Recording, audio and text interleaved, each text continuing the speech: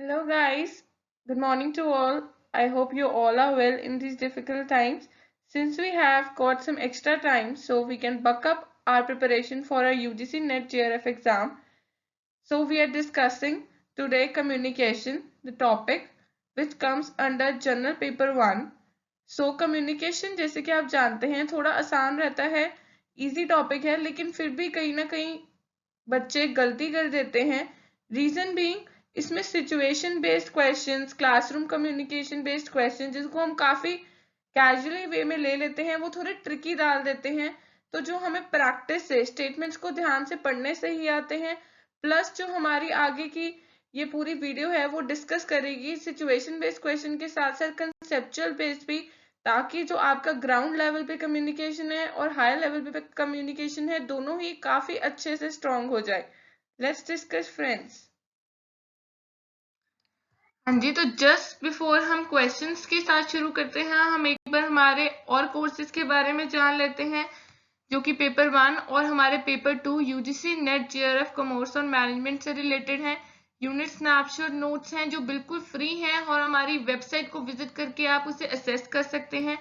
Unit wise पास papers हैं हमारे पास जो हमने अभी तक के यूजीसी के पेपर्स को डिस्कस करा है, जिससे आपको टाइप ऑफ क्वेश्चंस पता चल जाएंगे और आपकी प्रैक्टिस अच्छी हो जाएगी. हमने उनकी एक्सप्लेनेशंस को बहुत विविडली डिस्क्राइब किया हुआ है, जिससे आपको कंटेंट वाइज कोई प्रॉब्लम नहीं आएगी.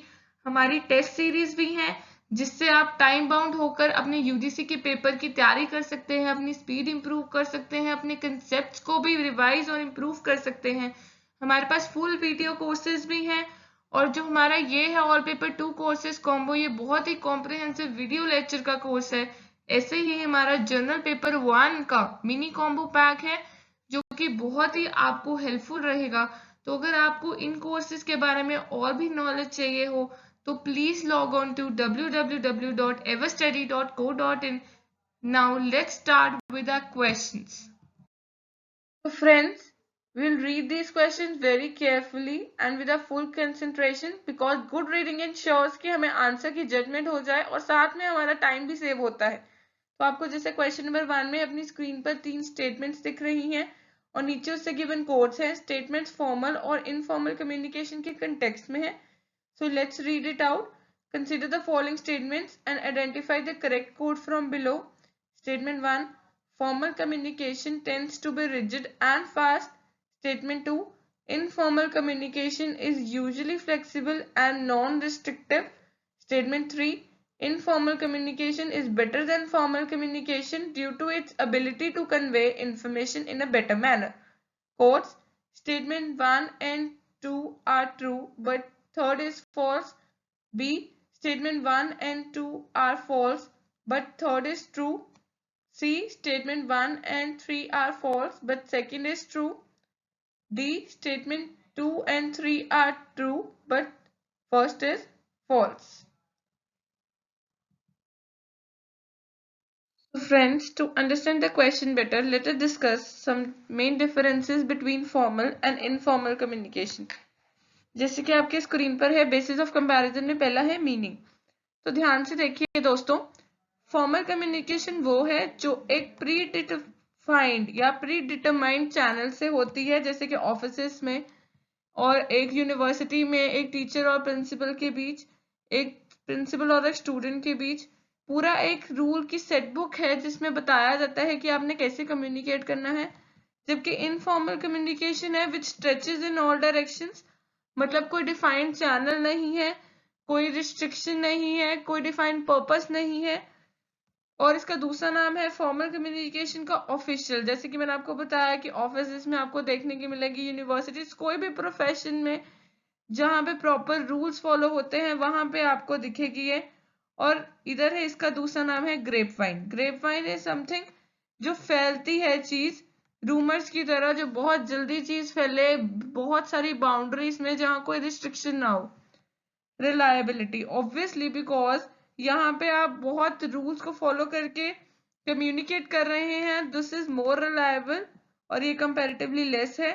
फॉर्मल कम्युनिकेशन स्लो है क्योंकि ऑफिशियल चैनल्स को फॉलो करना पड़ता है पूरे स्टेप्स के साथ और इनफॉर्मल जबकि बहुत फास्ट है, it spreads in all directions. Rumours, तभी तो इसका दूसरा नाम रूमर्स बोल देते हैं कि कुछ जो चीजें सच नहीं भी है वो भी इतनी जल्दी से फैल जाती हैं। और एविडेंस, एविडेंस मतलब कि जो फॉर्मल कम्युनिकेशन है, बिकॉज एक सेट बुक बनी हुई है रूल की, तो नॉर्मली रिटर्न होती है। लाइक आपको एक लेटर लिखनी है लीव की, स्कूल कॉलेज में या कहीं भी, तो आप रिटर्न लिखेंगे। वर्बली आप अपने टीचर को बता देंगे, लेकिन फिर भी आपको रिटर्न देना पड़ता है। सिमिलरली इनफॉर्मल है तो डेफिनेटली आपको पता चल गया होगा कि कोई हमें डॉक्यूमेंट्री एविडेंस की जरूरत नहीं है, और टाइम कंज्यूमिंग ये ज्यादा है और वो कम है। पिछले सारे पॉइंट्स ये बताते हैं। एडवांटेज फॉर्मल कम्युनिकेशन का ये है कि ये ज्यादा इफेक्टिव है, क्योंकि इसमें टाइमली और सिस्टमेटिक फ्लो ऑफ इंफॉर्मेशन है। फालतू की बात नहीं होती है। जो बात, जो पर्पस के लिए कम्युनिकेशन हो रही है, वो पर्पस चाहे डिले हो के सॉल्व हो, बट वो होगा जरूर।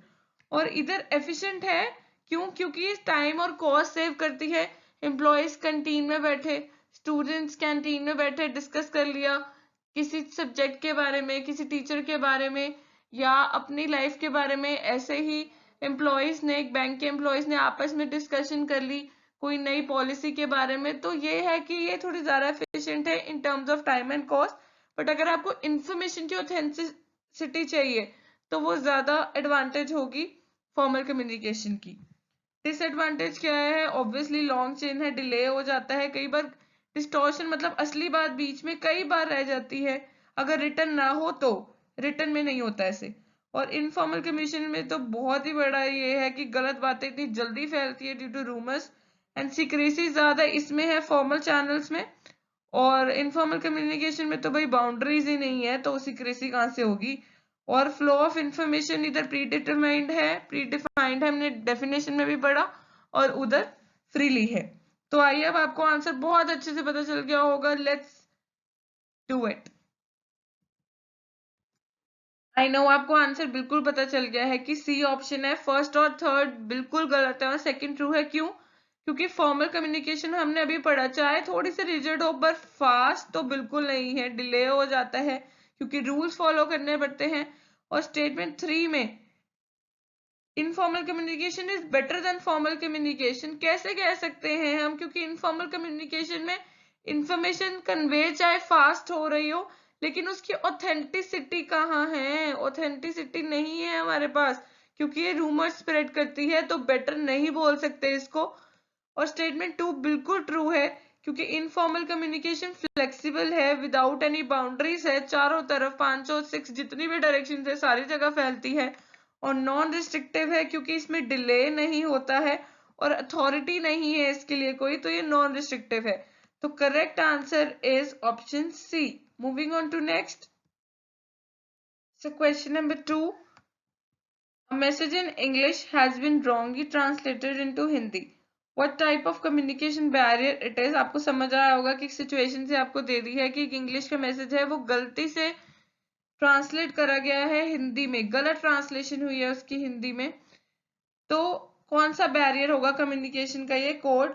ए semantic barrier, B psychological barrier, C physical barrier, D organisational barrier. इस क्वेश्चन का आंसर देने के लिए आई होप आपको आता भी होगा, बट अगर हम इन चारों बैरियर्स को थोड़ा ज्यादा अच्छे से स्टडी कर ले तो हमारे लिए बिल्कुल ट्रांसपेरेंट हो जाएगा इसका answer, which we will be discussing in the next slide. So let's move on. So friends, barriers to communication है जो हमने पिछली स्लाइड में पढ़े हैं, उन चारों को डिस्कस करें हम। साइकोलॉजिकल बैरियर्स, जैसे कि क्लियर है साइकोलॉजिकल से कि ये ब्रेन से डील करता है हमारे, तो मतलब ये वो बैरियर्स हैं जो ऑलरेडी एक इंडिविजुअल में इनबिल्ट है।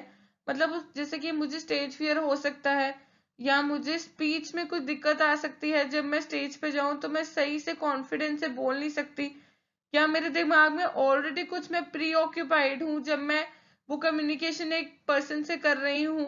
तो मतलब ये सारे बैरियर्स हैं जो एक इंडिविजुअल से डील करते हैं, उससे पर्सनल होते हैं, और इनको गैस करना तो और भी ज्यादा डिफिकल्ट होता है, क्योंकि कई बार एक इंडिविजुअल को खुद नहीं पता होता कि वो इन इश्यूज से, इन बैरियर्स से डील कर रहा है।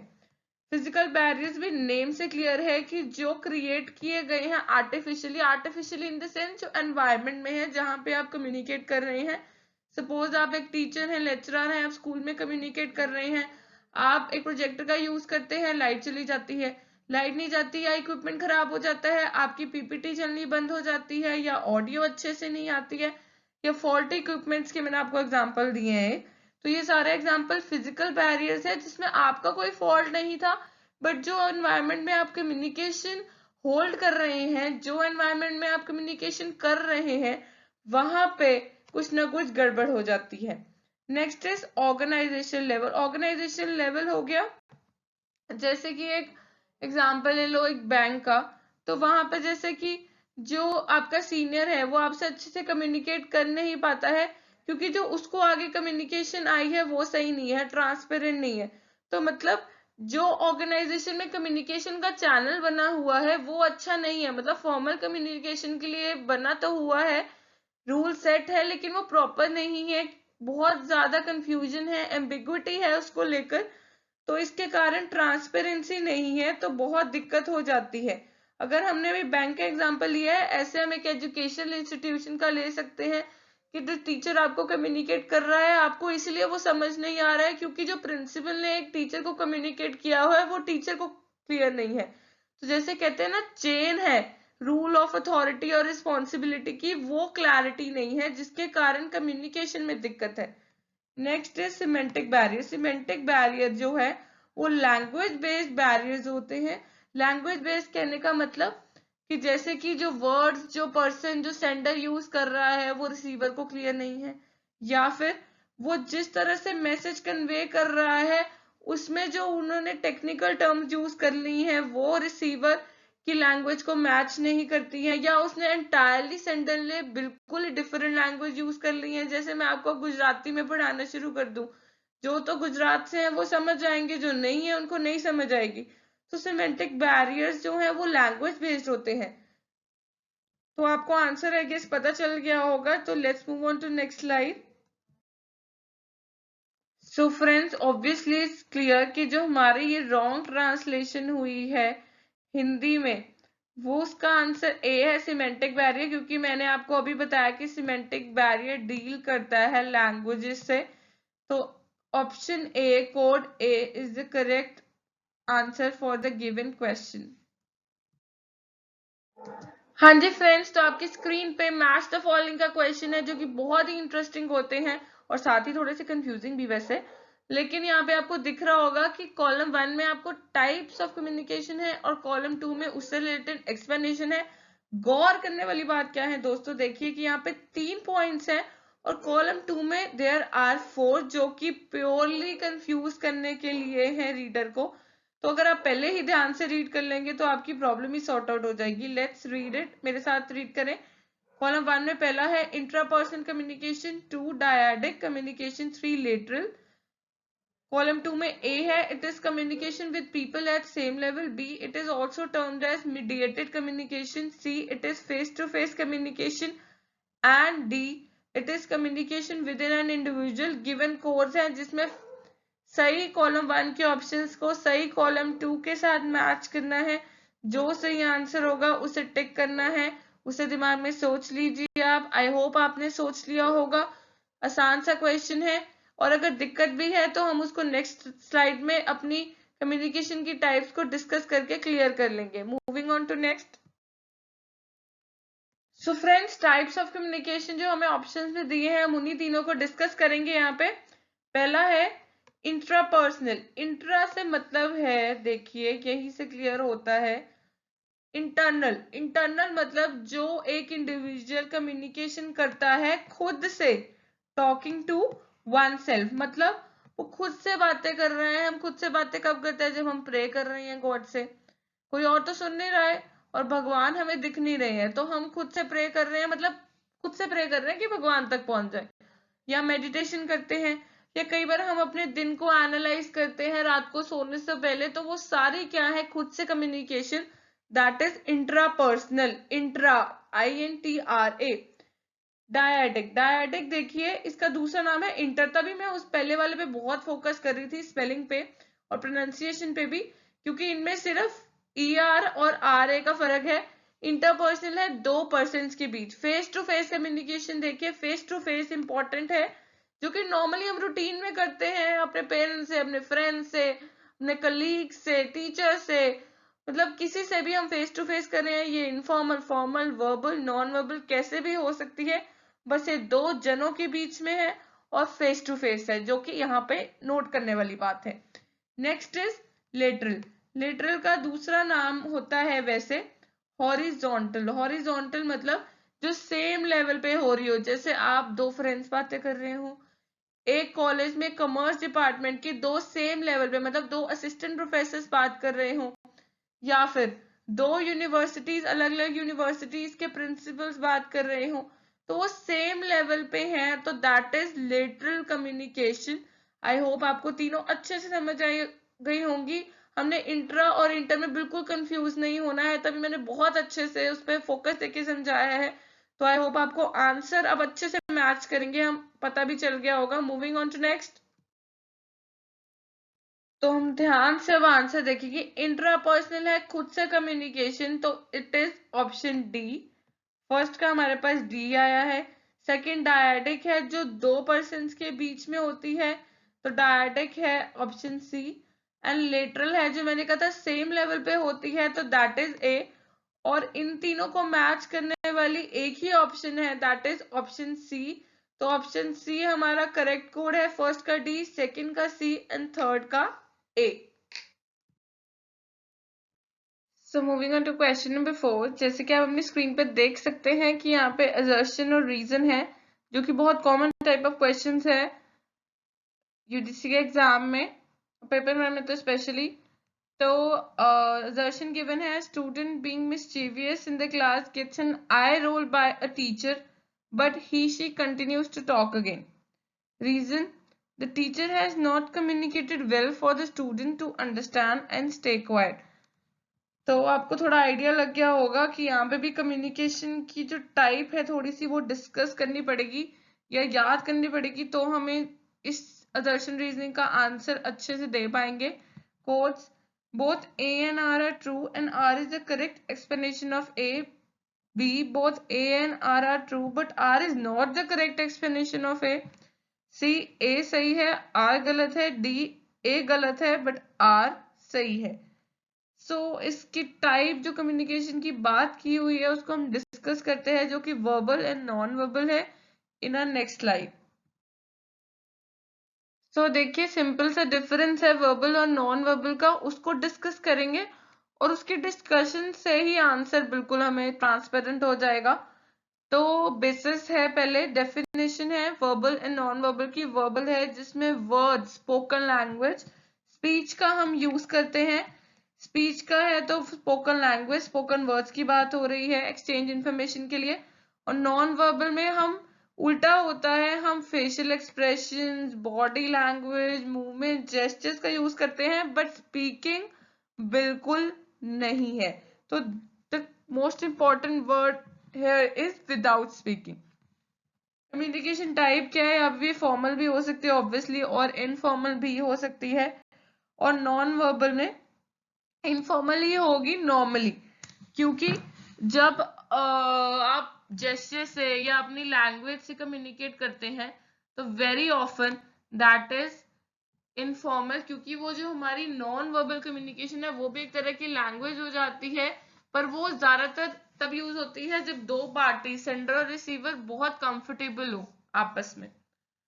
तो impact of the message, impact of the message की बात करें तो इधर बहुत इम्पैक्टफुल है, क्योंकि ये वर्बली हो रहा है स्पोकन लैंग्वेज में। और इधर है कॉम्प्रहेंसिव। कॉम्प्रहेंसिव है क्योंकि ये इंडिविजुअली स्टैंड करता है आपके फेस के जेस्चर्स को, फेस के एक्सप्रेशंस को, बॉडी के जेस्चर्स को देख के एक कॉम्प्रहेंसिव व्यू मिलता है, एक हाँ या ना, अगर वो क्वेश्चन वैसा है उसकी एश्योरेंस मिलती है कि हाँ जो रिसीवर है वो समझ पा रहा है या नहीं जो सेंडर उसे कह रहा है। तो कॉम्प्रिहेंसिव है ये। कम्युनिकेशन कैसे है? प्रिसाइज इंफॉर्मेशन जो बोल के होती है तो लिमिटेड बोलेंगे लेकिन सही बोलेंगे, speak less but speak better.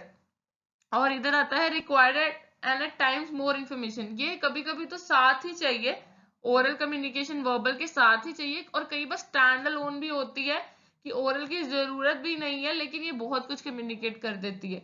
Similarly जो वर्बल कम्युनिकेशन है that is conveyed through obviously image, letters, notes वगैरह से भी है, क्योंकि हम यहाँ पे वर्ड्स का यूज कर रहे हैं अपने इमोशंस को बताने के लिए, लैंग्वेज का यूज कर रहे हैं जो लैंग्वेज सेंडर रिसीवर को कॉमन है, तो वर्बली तो है ही है। स्पोकन लैंग्वेज से जो स्पोकन लैंग्वेज को हम लिख दें तो वो भी इसमें काउंट हो जाता है। और यहाँ पे है थ्रू बॉडी पोस्चर है, जैसे कि मैंने बताया जेस्चर्स को यूज करते हैं, आईज भी बॉडी पार्ट है, फेशियल फेस का पार्ट है तो वो भी आ जाता है। और ट्रांसपेरेंसी स्टेटस है, उधर क्लियर है कि हम लिख के करेंगे तो ज्यादा क्लियर हो जाएगा, बोल के भी करेंगे तो प्रिसाइज वर्ड्स का यूज है। और नॉन वर्बल में कम्प्लेक्स है, क्योंकि पता नहीं सेंडर को रिसीवर के जेस्चर समझ आ रहे हैं या रिसीवर को सेंडर के जेस्चर समझ आ रहे हैं, तो कई बार कंफ्यूजन क्रिएट हो जाती है।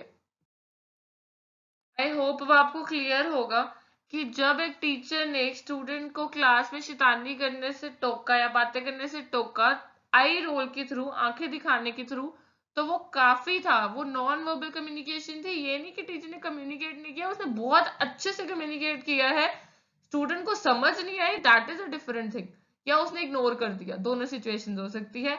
तो हमारा कोड जो करेक्ट है इस सिचुएशन में दैट इज सी।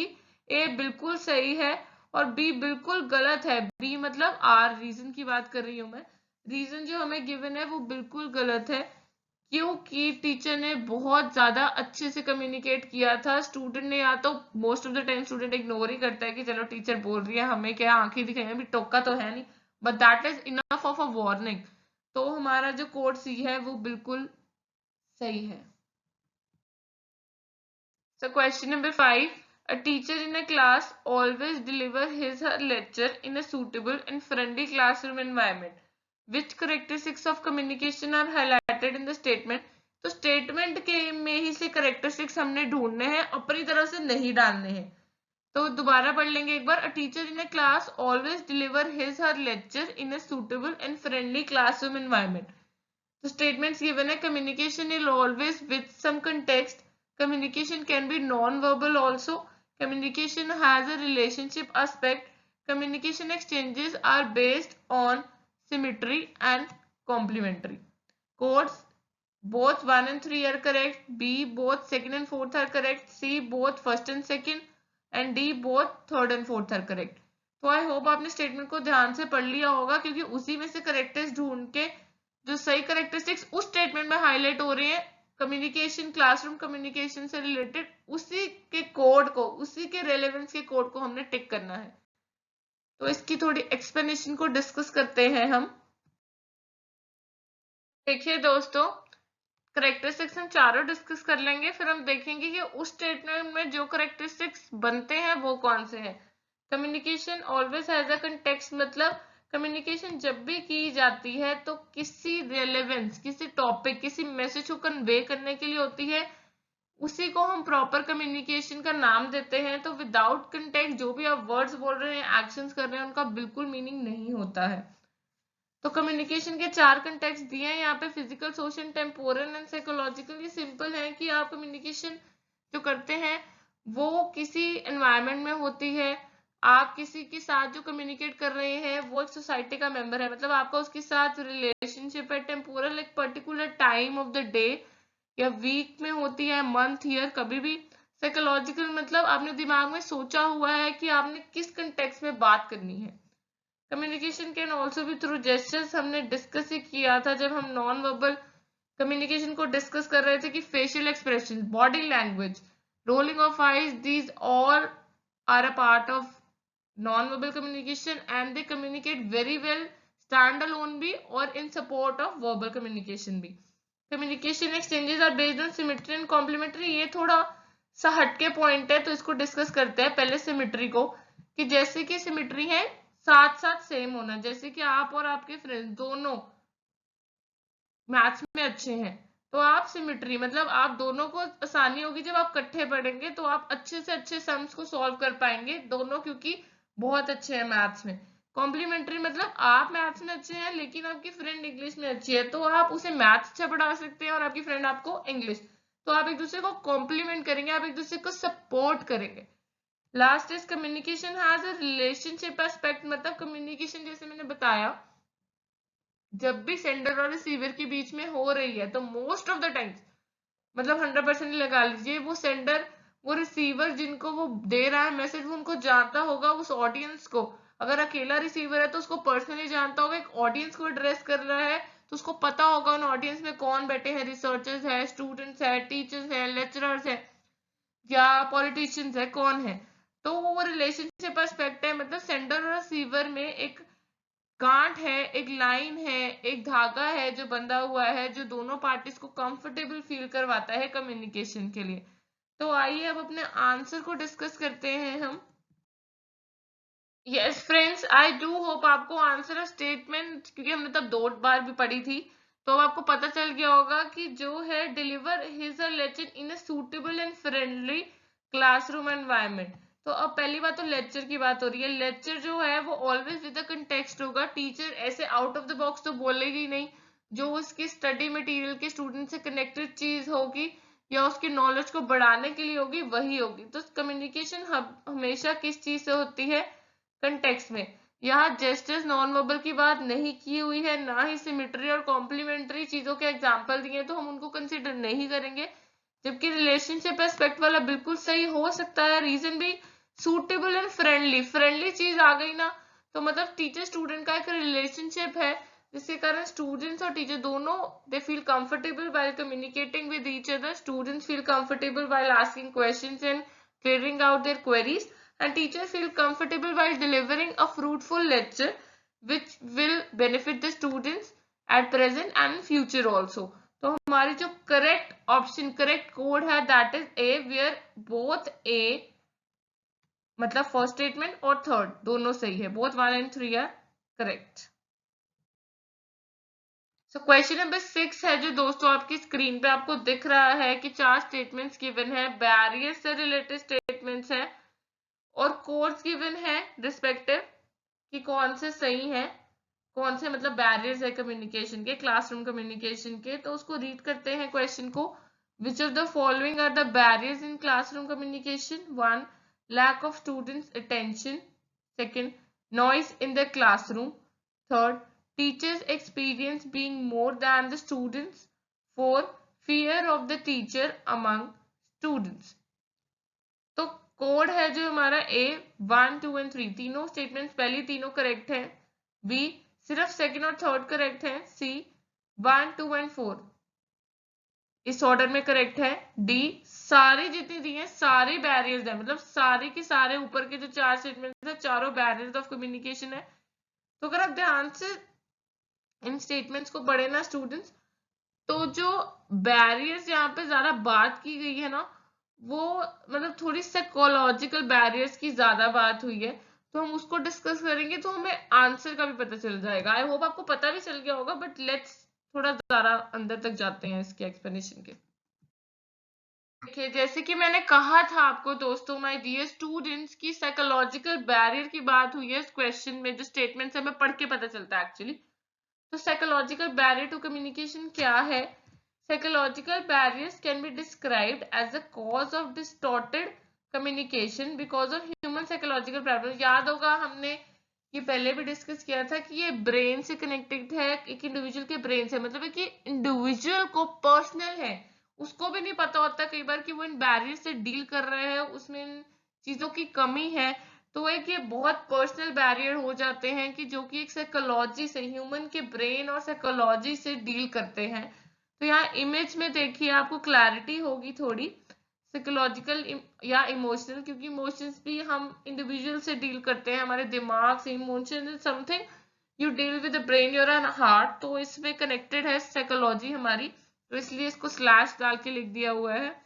पहला है lack of attention. Obviously student अगर अटेंशन नहीं पे कर रहा तो मतलब वो फिजिकली क्लास में प्रेजेंट है और मेंटली नहीं है, तो that is the reason lack of attention. Mentally नहीं है तो उसका ध्यान कहीं और है, तो या तो किसी प्रॉब्लम से डील कर रहा है या क्लास में कुछ ऐसा हो गया कि उसका ध्यान नहीं लग रहा है, तो समथिंग इज गोइंग ऑन जिसके कारण उसकी अटेंशन जो है वो टीचर के लेक्चर में नहीं है, कहीं और ही है। Second is pre mature evaluation, मतलब टीचर के लेक्चर बात बोलने से पहले आपको पता है कि उसने क्या बोलना है, आपको नहीं पता बट आपको लगता है एक्चुअली कि आपको पता है, तो मतलब पहले से आप इवेल्युएट कर लेते हैं कि भाई ये टीचर ने आके यही टॉपिक पढ़ाने, इसमें एक्स्ट्रा क्या पढ़ा देंगे वो, तो दैट्स ए प्री मेच्योर, जो कि बिल्कुल गलत है। बिकॉज कई बार आपको नहीं पता होता एक्चुअल में कि सेंडर आपको क्या मैसेज भेजने वाला है, तो आपको पहले सुन लेना चाहिए।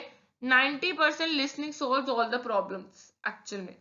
तो पुअर अटेंशन मतलब आपने लेक्चर सुन लिया, आपने बात सुन ली, लेकिन आपको याद ही नहीं रही। आपको याद नहीं रही तो आप उसको एनालाइज कैसे करोगे? अगर आपको फर्दर कम्युनिकेट करना था वो तो आप बिल्कुल ही नहीं कर पाओगे, क्योंकि अगर आपको याद ही नहीं रहेगी कोई बात, या आपको बहुत अच्छी आपकी मेमोरी नहीं है, जो कि हो भी सकता है, तो that is some psychological problem dealing with your brain. Next is loss by transmission. रास्ते के बीच में ही, मतलब टीचर जब स्टूडेंट को डिलीवर कर रही है, कोई ऐसी बात हो गई कि पूरा मैसेज पहुंचा नहीं। सपोज टीचर कोई बात बोल रही है तो कोई बाहर से आ जाता है, या स्टूडेंट क्लास में डिस्टरबेंस क्रिएट कर देते हैं, तो टीचर का फ्लो टूट जाता है और वो बात स्टूडेंट तक पहुंच नहीं पाती है। नेक्स्ट है डिस्ट्रस्ट। डिस्ट्रस्ट मतलब स्टूडेंट को टीचर पे ट्रस्ट नहीं है और टीचर को स्टूडेंट्स पे ट्रस्ट नहीं है, तो दोनों अपना फुल पोटेंशियल नहीं देते हैं। स्टूडेंट टीचर को नहीं सुन रहा है, टीचर कहती है कि मैं सिर्फ कोर्स रिलेटेड पढ़ाऊंगी, एक्स्ट्रा नॉलेज नहीं दूंगी, that is also a barrier. Emotions जो है हमने डिस्कस किया था कि स्टूडेंट या टीचर दोनों में से कोई भी पार्टी, सेंडर या रिसीवर, प्री ऑक्यूपाइड है किसी चीज से, जिसके कारण या तो उसमें गुस्सा बहुत है, कोई घर से ऐसी बात हो गई है कि ऑलरेडी आपके दिमाग में गुस्सा भरा हुआ है तो आपका क्लास में ध्यान नहीं लग रहा है, या टीचर अच्छे से लेक्चर नहीं डिलीवर कर पा रही है क्योंकि घर में कोई ऐसी बात होगी, या कई बार कोई क्लासरूम के एनवायरनमेंट में ऐसी बात होगी कि कुछ ऐसे इमोशंस राइज हो गए जो कि प्रेजेंट कम्युनिकेशन जो टीचर और स्टूडेंट के बीच में हो रही है उसको सपोर्ट नहीं करते। आई डू होप माई फ्रेंड्स कि आपको आंसर बिल्कुल पता था पहले भी, और अब तो बिल्कुल क्लैरिटी हो गई होगी कि lack of students attention obviously barrier है। हमने भी डिस्कस किया कि वो प्री ऑक्यूपाइड हो सकता है, नॉइज इन द क्लासरूम, जब मैंने कहा था कि ट्रांसमिशन, टीचर और स्टूडेंट के बीच में कोई दरार आ गई कि जिसके कारण मैसेज पूरा पहुंचा नहीं, और फियर ऑफ द टीचर, वो भी एक बैरियर है। वो इमोशंस आ गए ना इसमें, फियर एक इमोशन है कि आप स्टूडेंट हो तो आपको ऑलरेडी उस टीचर से डर लगता है, पर आपको भी नहीं पता क्यों डर लग रहा है, कि वो टीचर वाकई में शायद कुछ ऐसा करता हो भी सकता है कि वो टीचर का एक रोब हो क्लास में कि आपको डर लगता हो अपनी क्वेरीज पूछने से, और एक इनबिल्ट फियर हो सकता है कि आपको उसकी पर्सनालिटी देख के लगता है कि नहीं यार, देयर समथिंग, कि मुझे डर लग रहा है।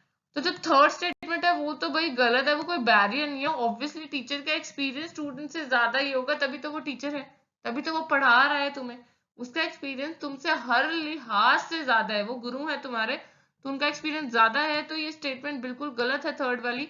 तो 1, 2 एंड 4 सही है, जो कि सही बैरियर्स है, मतलब सही है इन द सेंस कि वो बैरियर्स टू कम्युनिकेशन है, साइकोलॉजिकल बैरियर्स है। तो option C, code C is the correct, where 1, 2 and 4 statements are the barriers in classroom communication. Question 7, जैसे कि आपको दिख रहा है दो स्टेटमेंट्स गिवन है similar to the first question जो कि हमने 3 स्टेटमेंट वाला डिस्कस किया था। तो अब ध्यान से रीड करेंगे फिर इसको। Consider the following statements and identify the correct code from below. Statement 1, SMCR model of communication stands for sender, medium, coding, receiver. Statement 2, it is a very comprehensive model given by Berlo. बर्लो एक researcher होंगे, philosopher होंगे, जिन्होंने ये model दिया होगा। ऐसा ये statement 2 में कह रहे हैं, मुझे नहीं पता ये सही है कि नहीं, वो तो अभी हम आगे जाके फाइंड आउट करेंगे। तो ये मॉडल है जो वो कम्युनिकेशन का मॉडल कह रहे हैं SMCR, तो ये कम्युनिकेशन से रिलेटेड, उसके मॉडल से रिलेटेड स्टेटमेंट्स गिवन है। Codes given are A statement 1 and 2 are true, B statement 1 and 2 are false, C statement 1 is true but second is false, D statement 1 is false but second is true। तो अब इसको थोड़ा model को discuss करते हैं तो हमें तो आइडिया लग ही जाएगा फिर आंसर क्या है। देखिए SMCR मॉडल है जो पहला स्टैंड जो कर रहा है हमारा, वो है वैसे तो सोर्स के लिए। सोर्स जो हमारा होता है नॉर्मली सेंडर ही होता है जिसके थ्रू मैसेज आ रहा है, तो सेंडर के पास क्या होना चाहिए? कम्युनिकेशन स्किल्स ऑब्वियसली, तभी वो मैसेज सेंड कर पाएगा। एटीट्यूड एक होना चाहिए आपके पास, प्री डिस्पोजिशन कि आपने कैसे मैसेज को सेंड करना है। नॉलेज होनी चाहिए रिलेटेड टू द मैसेज जो वो सेंड कर रहा है। सोशल सिस्टम, वो बंदा, वो सेंडर, वो सोर्स सोसाइटी में एग्जिस्ट करना चाहिए। कल्चर ऑब्वियसली ये फैक्टर्स उसको अफेक्ट करते हैं, मतलब हमारे सोर्स को, वो डिस्कस कर रहे हैं हम यहाँ पे। कल्चर मतलब सोसाइटी का पार्ट है, तो किसी कल्चर को फॉलो करते होंगे, तो वो जो मैसेज ट्रांसलेट कर रहा है जिस सोर्स के थ्रू आ रहा है पर्टिकुलर कल्चर को बिलोंग करते हैं। M is for message. Message मतलब जो वो कंटेंट दे रहे हैं हमें, सोर्स के थ्रू जो कंटेंट आ रहा है, तो वो कंटेंट वैलिड होना चाहिए, एलिमेंट्स डिस्क्राइब्ड होने चाहिए प्रॉपर, किस बारे में बात हो रही है। ट्रीटमेंट यहाँ पे आ जाते हैं, वेरिएबल्स कौन से हैं जो उसमें है हमारे मैसेज में, किसी भी तरह का मैसेज हो सकता है, वो बताया उन्होंने कि मैसेज कितने भी टाइप्स के बना सकते हैं, उसका प्रॉपर स्ट्रक्चर होना चाहिए। अगर वो फॉर्मल चैनल के थ्रू मैसेज आ रहा है तो वो official code of conduct rules को फॉलो करके जाना चाहिए। नीचे भी सिमिलर चीज है, codes rules. C is for channel. Channel मतलब कि जिसके थ्रू वो ट्रांसफर हो रहा है, वो चैनल में क्या चीजें होनी चाहिए, hearing, seeing, touching, testing, feeling, मतलब पांचों सेंसेस एक्टिव होनी चाहिए उस चैनल के थ्रू जिसके थ्रू मैसेज आ रहा है। तो वो रिसीवर की पांचों सेंसेस जो है, उस चैनल जो है वो सपोर्ट करना चाहिए उसकी सेंसेस को, तभी उसको वो मैसेज ग्रास्प होगा। सपोज आपको एक टीवी पे ऐड आ रही है, तो वो ऐड जो आ रही है वो आपको दिख भी रही है, वो आपको सुन भी रही है, ठीक है ना। जरूर आप टच नहीं कर सकते, जरूरी नहीं सारे एलिमेंट्स प्रेजेंट, तो कुछ एलिमेंट प्रेजेंट होने चाहिए। और अगर वो खाने पीने, सपोज एक KFC की ऐड है, तो हाँ जी वो बर्गर की ऐड दे रहे हैं, तो आप फील ले सकते हैं, आप एक्चुअल में टेस्ट नहीं कर सकते, लेकिन आप फील ले सकते हैं कि वो खाने में कैसा होगा। तो दैट इज समथिंग, एक चैनल को, एक मीडियम को सपोर्ट करना चाहिए। नेक्स्ट इज रिसीवर, जिसको मैसेज रिसीव हो रहा है एट द एंड, उसके पास भी सिमिलर टू कम्युनिकेशन सेम होना चाहिए ना। सेंडर और रिसीवर के जो फैक्टर्स है वो ऑलमोस्ट ऑब्वियसली सेम होंगे, सोर्स और रिसीवर के। उसके बाद भी कम्युनिकेशन स्किल्स होने चाहिए जिससे वो मैसेज ग्रास्प कर रहा है। एटीट्यूड, एक प्रीडिस्पोजिशन, नॉलेज होनी चाहिए। ऑब्वियसली वो सेम सोसाइटी या कल्चर को होपफुली बिलोंग करता हो, तो उसको मैसेज जल्दी समझ आ जाएगा, जल्दी। तो SMCR model is sender message channel receiver, या सोर्स मैसेज चैनल रिसीवर। और ये आपको बता दूं, बर्लो ने ही दिया था, तो सेकंड जो स्टेटमेंट है वो बिल्कुल करेक्ट है। तो अब आपको आंसर पता है कि SMCR मॉडल बिल्कुल भी सेंडर मीडियम कोडिंग रिसीवर नहीं है, जबकि सेंडर मैसेज या सोर्स मैसेज चैनल रिसीवर है। और स्टेटमेंट 2 मैंने आपको अभी बताया कि बर्लो ही थे जिन्होंने ये मॉडल दिया है, और ये बहुत कॉम्प्रिहेंसिव मॉडल है, फैक्टर्स को भी बहुत अच्छे से एक्सप्लेन करता है, जो कि मैंने अभी आपसे डिस्कस भी करे। तो code D is the correct way. Statement 1 तो गलत ही है, वो हमने देख लिया क्यों गलत है, क्योंकि फुल फॉर्म्स उसकी गलत लिखी हुई है, और सेकंड बिल्कुल सही है। So my dear friends, question number 8 पे मूव ऑन कर रहे हैं हम। What makes communication process circular? Codes given है, A channel, B noise, C message and D feedback. तो आपको पता चल गया होगा क्वेश्चन में कम्युनिकेशन प्रोसेस को डिस्कस करेंगे, तो हमारा क्वेश्चन जल्दी से सॉल्व हो गया होगा। आई होप आपने आंसर भी सोच लिया होगा। तो लेट्स डिस्कस इट विविडली। तो माय डियर फ्रेंड्स, ये बहुत सिंपल वे से कम्युनिकेशन प्रोसेस को डिस्कस करा हुआ है यहाँ पे। देखिए, पहले है सेंडर। सेंडर एक मैसेज सेंड करेगा, उसको इनकोड करेगा, मतलब रिटर्न हो सकता है, ओरल हो सकता है, या किसी की भी मीडियम के थ्रू हो सकता है। तो वो उसको इनकोड करेगा, मतलब कीवर्ड्स कुछ रखेगा जो उसके रिसीवर को ही समझ आएंगे। नहीं तो ऐसे कम्युनिकेशन जब ऑथेंटिसिटी मेंटेन करनी हो तो उसकी इनकोडिंग बहुत जरूरी है। नेक्स्ट इस किसी चैनल के थ्रू जाएगा, ऑब्वियसली रिटर्न है तो ईमेल, लेटर्स या कुछ भी। ओरल है तो टेलीफोन या कुछ होगा। तो कुछ चैनल होगा जिसके थ्रू वो कम्युनिकेशन आगे जाएगी, और किसको जाएगी, वो तो कॉमन है, रिसीवर को, जिसको वो भेजना चाहता है। और रिसीवर उसको इंटरप्रेट करने के लिए, रिसीवर देखिए फ्रेंड्स, इंटरप्रेट करने के लिए उसको डिकोड करेगा जो उसने इनकोडिंग की है, मतलब उल्टा कर देगा। उल्टा करने का मतलब है, अगर उसने कुछ कीज डाली है, keys is something like computers में यूज होती है ना, 0 एंड 1, जिसमें कोडिंग दी जाती है नंबर्स को सेव करने के लिए, उनकी एनक्रिप्शन करने के लिए, तो उसको डिक्रिप्ट करने के लिए मैं आपको एक एग्जांपल दे रही हूँ। भी वो की जो होती है वो रिसीवर के पास होती है, जिससे उसको वो कोड समझ आता है। जैसे मिलिट्री में बहुत यूज होती है, जब आपको मैसेजेस सेंड करने होते हैं अपने जो एजेंट्स के थ्रू, तो आप इनकोडिंग डिकोडिंग फ्रिक्वेंटली यूज करते हैं। हम यहाँ पे जनरल वे में बात कर रहे हैं कि जो सेंडर ने जो लैंग्वेज यूज की है इनकोड करने के लिए, वो रिसीवर को आती होगी, तो वो आसानी से उसको डिकोड कर लेगा। जो लास्ट स्टेप है, देखिए इसको लास्ट भी मत कहिए, ये पूरे प्रोसेस को बांध के रखता है ये स्टेप, तो ये फीडबैक है। फीडबैक इज जब रिसीवर सेंडर को बताता है कि उसने जो सेंडर ने उसको मैसेज सेंड किया है वो उसको सेम तरह से समझ आया है जैसे सेंडर उसको सेंड करना चाहता है या नहीं। फीडबैक बहुत जरूरी है क्योंकि कई बार सेंडर को अज्यूम कर लेता है कि जो उसने मैसेज सेंड किया है वो रिसीवर को बिल्कुल समझ आ गया होगा, लेकिन बहुत इंस्टेंसेस पे ये नहीं होता है। तो फीडबैक जब रिसीवर उसको देता है कि मुझे आपका ये मैसेज ऐसे ऐसे समझ आया है, तो सेंडर को पता चल जाता है कि रिसीवर ने उसको सेम वे में इंटरप्रेट किया है या नहीं किया है।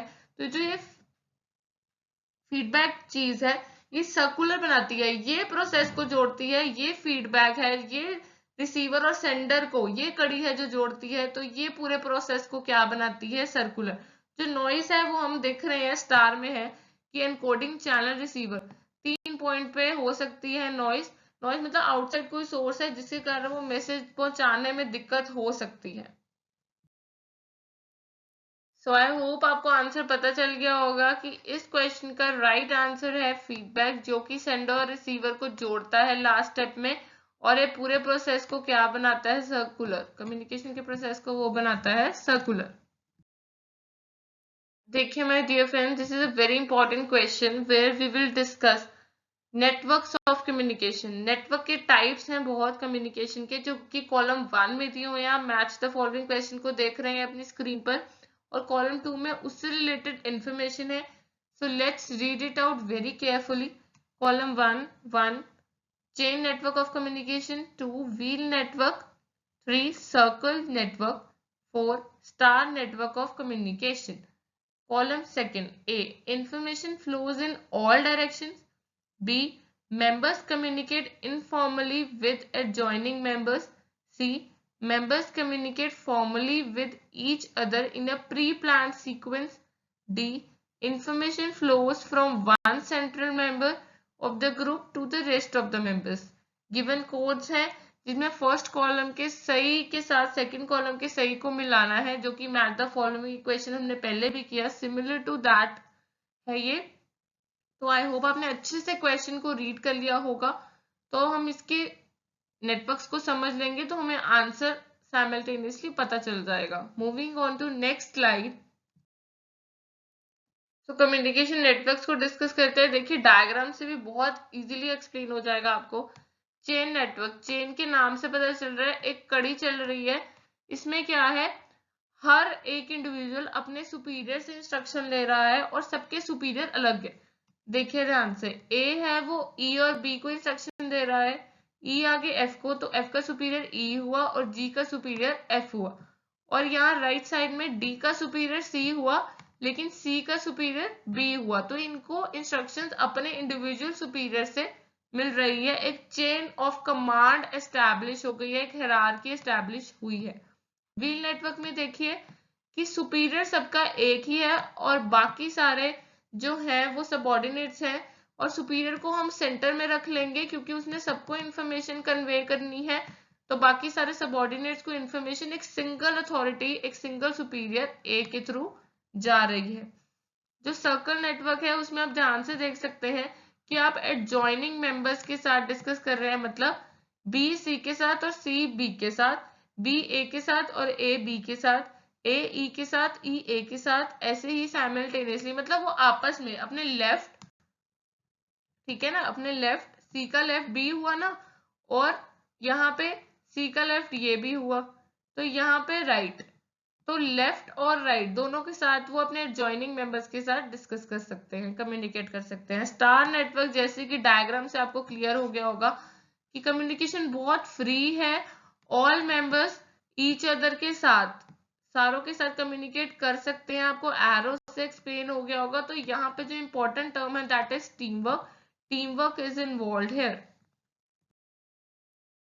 सो I do hope my dear students आपको बहुत अच्छे से आंसर पता चल गया होगा कि ऑप्शन बी है। क्यों?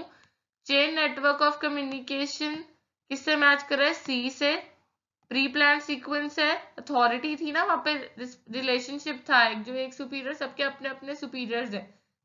व्हील नेटवर्क जो है सेकंड का डी है, जिसमें एक सेंट्रल मेंबर, एक सुपीरियर था और सबको इंफॉर्मेशन जाती थी। थर्ड है जो कि सर्कल नेटवर्क है, आपने देखा था कि सर्कुलर नेटवर्क में जो है वो एडजॉइनिंग मेंबर्स के साथ डिस्कस कर रहे हैं, और स्टार नेटवर्क में वो बिल्कुल फ्री है। तो ए ऑप्शन बनता है जहाँ पे इंफॉर्मेशन ऑल डायरेक्शन में फ्लो कर रही है। तो code B is the right answer. So my dear friends, question number 10 is the last question for today. तो आप जैसे स्क्रीन पर देख सकते हैं, ये सिमिलर टू बिफोर जब हमने असर्शन रीजनिंग का करा था डिस्कस, वैसा ही है। तो ध्यान से पढ़ेंगे। असर्शन है current times call for new medium like weblogs, live streaming of videos for mass communication. और रीजन क्या है? This is due to the change that internet has brought in our lives nowadays. I hope आपको समझ आ गया होगा। यहाँ mass media, mass communication बात की है और उसको सोसाइटी आज के प्रेजेंट टाइम से लिंक करने की बात की गई है। तो कोड सेम है कि ए और आर दोनों सही हैं, लेकिन आर उसकी करेक्ट एक्सप्लेनेशन है। सेकंड में आर उसकी करेक्ट एक्सप्लेनेशन नहीं है। सी में A is correct, R is incorrect. D में ए गलत है बट आर सही है। ऑप्शन सेम है, असर्शन और रीजन चेंज्ड है। तो आइए इसको डिस्कस करते हैं। My dear friends, I hope आपको उसका आंसर पता भी होगा, बस मैं थोड़ा सा डिस्कस करना चाहती हूँ आपके साथ। मास कम्युनिकेशन जो है, मास कम्युनिकेशन का क्या मतलब है? मास कम्युनिकेशन का मतलब है कि आप बहुत सारी ऑडियंस, बहुत सारे स्पेक्टेटर्स, बहुत सारे लोगों को एड्रेस कर रहे हैं एक मीडियम के थ्रू, है कम्युनिकेशन मीडियम के थ्रू, जैसे टीवी, रेडियो। ये है ट्रेडिशनल। अब जब हम अपनी स्टेटमेंट की तरफ जाए, दर्शन की तरफ जाए, तो उसमें हमने डिस्कस किया है मॉडर्न मीन्स। और अगर हम मॉडर्न मीन्स की बात करें तो मॉडर्न मीन्स में क्या आएगा? जैसे मैंने उसमें वेबलॉग था, तो आप उसमें वेबलॉग समझे। वेबलॉग क्या है? एक वेबसाइट बन जाती है जहां पे लोग इंटरनेट पे अपने ब्लॉग्स को पोस्ट करते हैं। जैसे एक फूड वेबलॉग हो सकता है जहां पे लोग रेसिपीज पोस्ट कर रहे हैं, लोग वहां पे देखते हैं, रेसिपीज को लाइक करते हैं, कमेंट करते हैं, शेयर करते हैं। या फिर आप एग्जांपल ले सकते हैं एक वर्ड पैड का, जो है वहां पे आप अपनी शेयर कर सकते हैं अपनी राइटिंग्स को, अपनी स्टोरीज को, और वहां पे लोग आपकी स्टोरीज को लाइक करते हैं, शेयर करते हैं। तो वो एक कॉमन ब्लॉग बना हुआ है जहाँ पे जो सेंडर ऑफ द मैसेज, मतलब जो है, वो भी ओपनली पोस्ट कर रहा है और रिसीवर तो एक्सेप्शनली बहुत ज्यादा है। तो ये मास कम्युनिकेशन मॉडर्न का मीन्स है। तो ऐसे ही है जो वहां पे लाइव स्ट्रीमिंग की हमने दर्शन में बात की थी, वो आपको पता ही है। जैसे ये वीडियो है, तो ये आपको स्ट्रीम हो रही है, तो दैट इज बहुत सारी ऑडियंस को जा रही है, और भेजने वाली मैं हूं आपकी वीडियो को। तो मैं सेंडर हो गई, और लेकिन ये ऑडियंस बहुत ज्यादा है इसकी वीडियो को रिसीव करने वाली, तो that is a modern means. So my dear friends, answer is very clear to us, that is both A and R are true, and R is the correct explanation of A, क्योंकि वो बिल्कुल modern means है, वेबलॉग्स and live streaming. और ये change इसीलिए आया है क्योंकि इंटरनेट का हमारी लाइफ में, डे टू डे लाइफ में बहुत बड़ा रोल हो गया है। So friends, thank you so much. We are ending our session here. I hope आपकी काफी क्लैरिटी हो गई होगी सिचुएशन बेस्ड क्लासरूम कम्युनिकेशन के क्वेश्चंस के साथ, और communication on the whole topic आपको जर्नल और ग्राउंड लेवल पे बहुत अच्छे से समझ आ गया होगा। तो अगर आपको फिर भी कोई डाउट है इससे रिलेटेड, तो आप हमें कांटेक्ट कर सकते हैं hello@avstudy.in पे। आप फेसबुक पेज पर फॉलो भी कर सकते हैं, और टेलीग्राम पे हमें लिख भी सकते हैं, और अपनी पर्सनल क्वेरीज इस नंबर पे व्हाट्सएप कर सकते हैं। साथ ही आप हमारी फ्री लर्निंग ऐप को डाउनलोड कर सकते हैं। और अगर आपको और भी इंफॉर्मेशन चाहिए तो please visit our website www.everstudy.co.in, and have a nice day friends, and like, subscribe and share this video. Thank you.